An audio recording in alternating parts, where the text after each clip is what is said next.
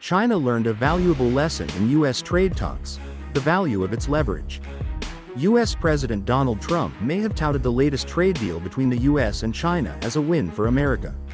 But it's Chinese leaders who have walked away with an extra spring in their step.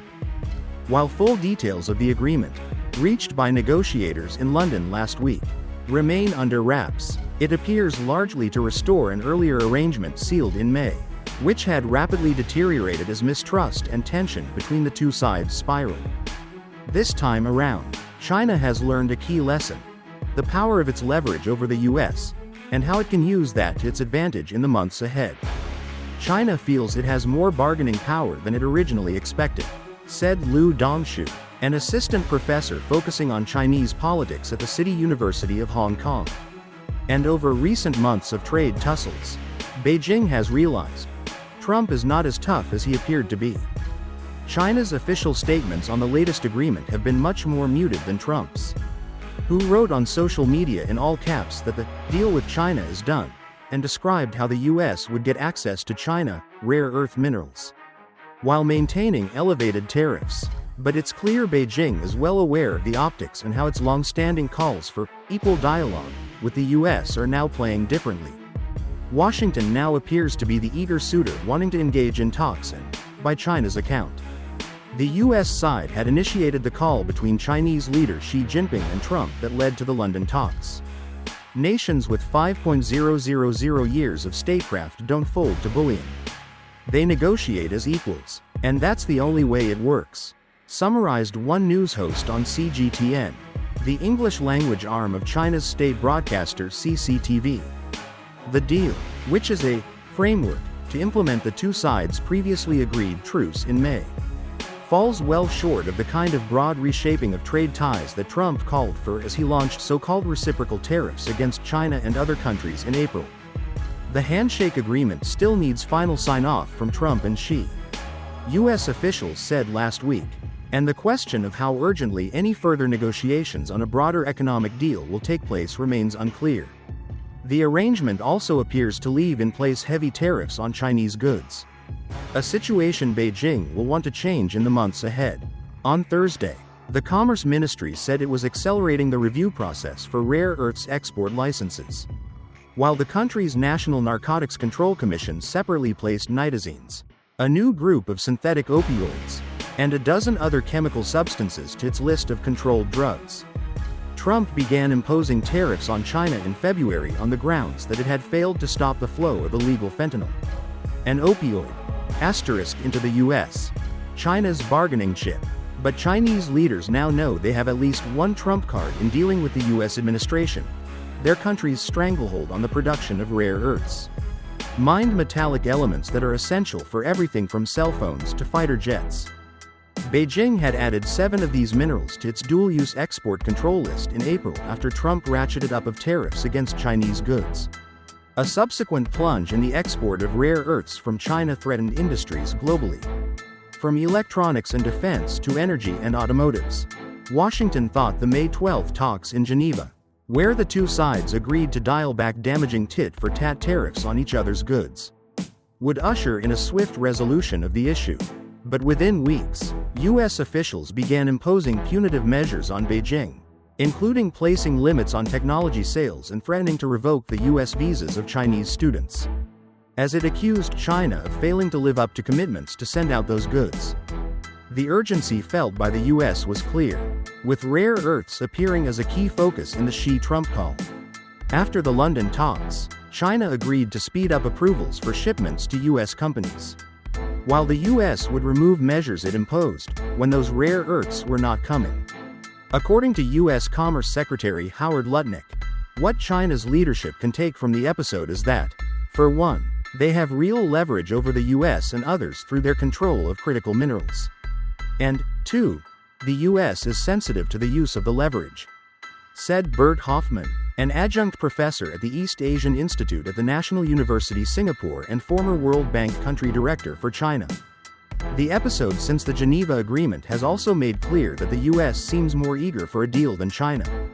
He added, analysts say that the original delay in approving exports of rare earths may have been due to the Chinese bureaucracy getting up to speed with its new export regime, which requires licenses to be approved for export to any country. And even now, Beijing is widely seen as unlikely to export these goods for military uses or dismantle its export control system altogether. It's a toolkit already well established in the US that Beijing has been building out in recent years. Since the US has frequently used export controls, China has to retaliate in kind. In addition to rare earth metals, China now increasingly has more other killer daggers that can be used to stab US companies, said Yao Yang, a professor at Peking University's China Center for Economic Research, who added that the two countries should negotiate rules to keep export control to narrowly defined fields. So, while China's economy remains vulnerable to the economic pain of hefty tariffs and the reality of being cut off from US high-tech products, it's clear it too has powerful ways to fight. The Trump card. As Chinese policymakers look ahead to future negotiations with the Trump administration, they're also likely seeing the US president himself as a wildcard that could skew to Beijing's advantage.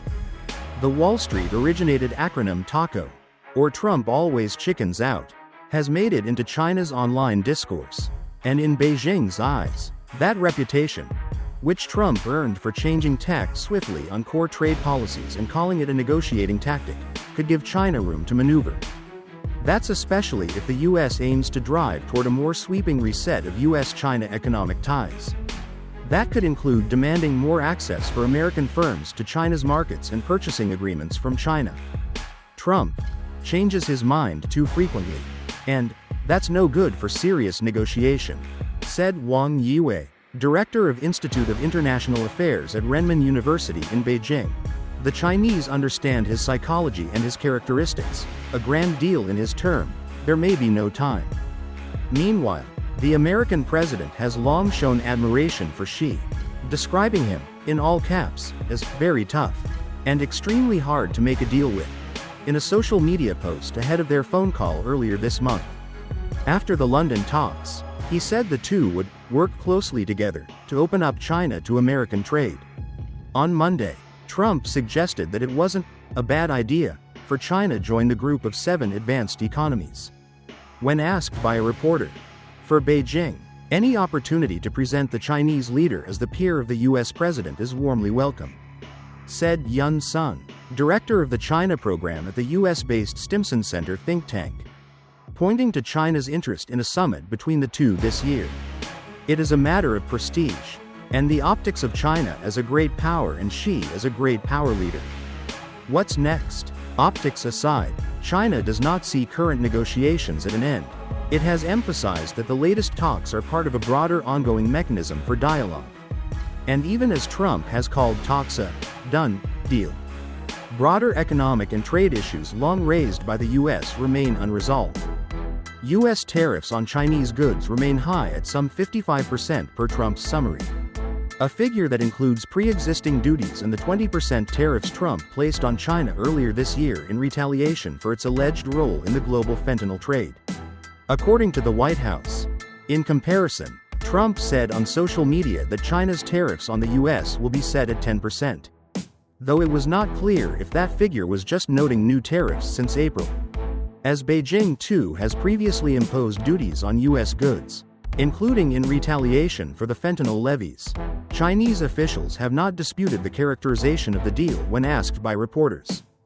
Chinese leaders will want to further reduce those US duties and do what they can to reduce US barriers to high-tech exports to China. Beijing's decision this week to add more chemical substances to its control list appears to be a gesture to the US that it is making progress on regulating newer fentanyl-like drugs precursors.